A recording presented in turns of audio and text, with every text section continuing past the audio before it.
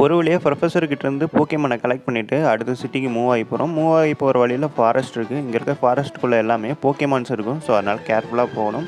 ஏதாச்சும் ஒரு போக்கேமான் வந்ததுன்னா நம்ம ஒன்ஸ் அது கூட ஃபைட் பண்ணலாம், இல்லைன்னா அதை விட்டு தப்பிச்சு போகலாம். மூணாவது ஆப்ஷன் அதை கேட்சும் பண்ணலாம். ஸோ நம்ம எந்த அளவுக்கு ஃபைட் பண்ணுறோமோ அந்த அளவுக்கு நம்ம போக்கேமானோட எக்ஸ்பீரியன்ஸ் இன்க்ரீஸ் ஆகும், லெவலும் இன்க்ரீஸ் ஆகும். லெவல் இன்க்ரீஸ் ஆகும்போது நமக்கு புது புது அட்டாக்ஸ் கிடைக்கும். இப்போ பார்த்தீங்கன்னா ஸ்குவாட்டலுக்கு பபுள் அப்படிங்கிற ஒரு வாட்டர் டைப் அட்டாக் கிடச்சிருக்கு. ஸோ ஃபர்தராக அடுத்த சிட்டிக்கு போயாச்சு.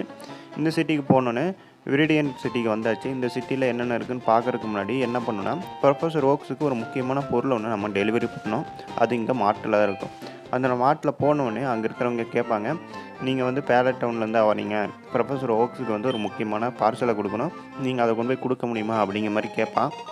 நாம் இப்போ வந்து இதை கொண்டு போய் கொடுத்தா தான் ப்ரொஃபஸர் ஓக்ஸ் வந்து இன்னொரு ஐட்டம் நமக்கு தருவார். அதுதான் முக்கியமான ஐட்டம். போக்கேமானை கேப்சர் பண்ணுறதுக்கும் போக்கேமானோட டீட்டெயில்ஸ் இருக்கக்கூடிய ஒரு பொருளை ஒன்று கொடுப்பாரு. ஸோ அது இருந்தால் தான் நம்ம போக்கேமானோட டீட்டெயில்ஸை பார்க்க முடியும். அது மட்டும் இல்லாமல் போக்கேமான்ஸை பிடிக்கிறதுக்கு போக்கே டெஸ்ட்டும் கொடுப்பாரு.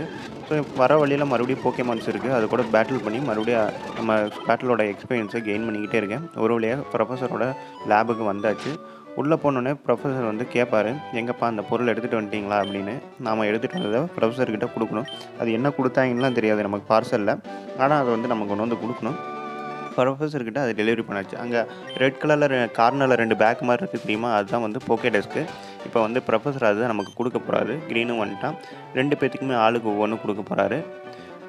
அதாவது நம்ம ப்ரொஃபஸரோட ட்ரீம் என்னென்னா, எல்லா போக்கேமான்ஸோட டீட்டெயிலையும் அந்த போக்கேமான் டெஸ்கில் வந்து ஆட் பண்ணணும் அப்படிங்கிறது தான். ப்ரொஃபஸர் ஓக்ஸுக்கு இப்போ வயசானனால அவரால் அதை செய்ய முடியாது. ஸோ அதனால் அந்த பொறுப்பை வந்து நம்மக்கிட்ட கொடுக்குறாரு. ப்ளீஸ் என்னுடைய இந்த ட்ரீமை வந்து நீங்கள் நனவாக்குங்க, எனக்கு வயசாகிடுச்சு அப்படிங்கிற மாதிரி நம்மக்கிட்டேயும் க்ரீனுக்கிட்டேயும் சொல்கிறாங்க.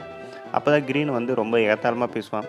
நான் இதை சொல்லணும்னு எனக்கு விருப்பம் இல்லை, இருந்தாலும் பரவாயில்ல, நீ வந்து தேவையே இல்லை, அதை நானே முடிச்சிருவேனே அப்படிங்கிற மாதிரி ரொம்ப ஈகோயிஸ்டிக்காக பேசுவான்னு வச்சுங்களேன். கேமில் கூட அந்த கேரக்டரை அப்படி தான் பில்ட் பண்ணி வச்சுருக்காங்க. கூடவே நமக்கு வந்து போக்கே பால்ஸும் கொடுக்குறாங்க. போக்கே பால்ஸ் வச்சு ஒரு போக்கேமானை வந்து பிடிக்கலாம். ஒரு போக்கேமானை பிடிக்கணும்னா ஹெச்பி ஃபுல்லாக இருக்கும்போது பிடிக்க முடியாது, ரொம்ப ரேராக தான் பிடிக்க முடியும்.